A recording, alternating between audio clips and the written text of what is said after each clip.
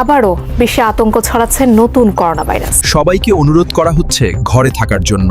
আমার সন্তান কোথায়? আমরা সবাই খুব চিন্তিত, বাইরে পরিস্থিতি ভালো না। হ্যাঁ, টিভির খবরগুলো টেরিফাইং। সাবধানে থাকতে হবে।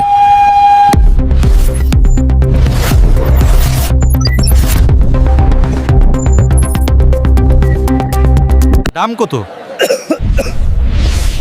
কোভিড-19 করোনা ভাইরাস পুরো গ্রামে ছড়িয়ে পড়ছে অদৃশ্যভাবে। আমার স্বামী শ্বাস নিতে পারছে না, ডাক্তার কই?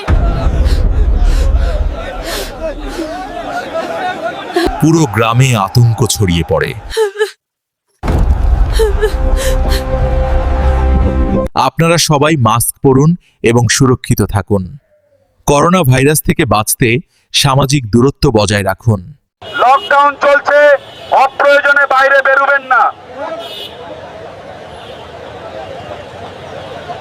এই, কোথায় যাচ্ছেন?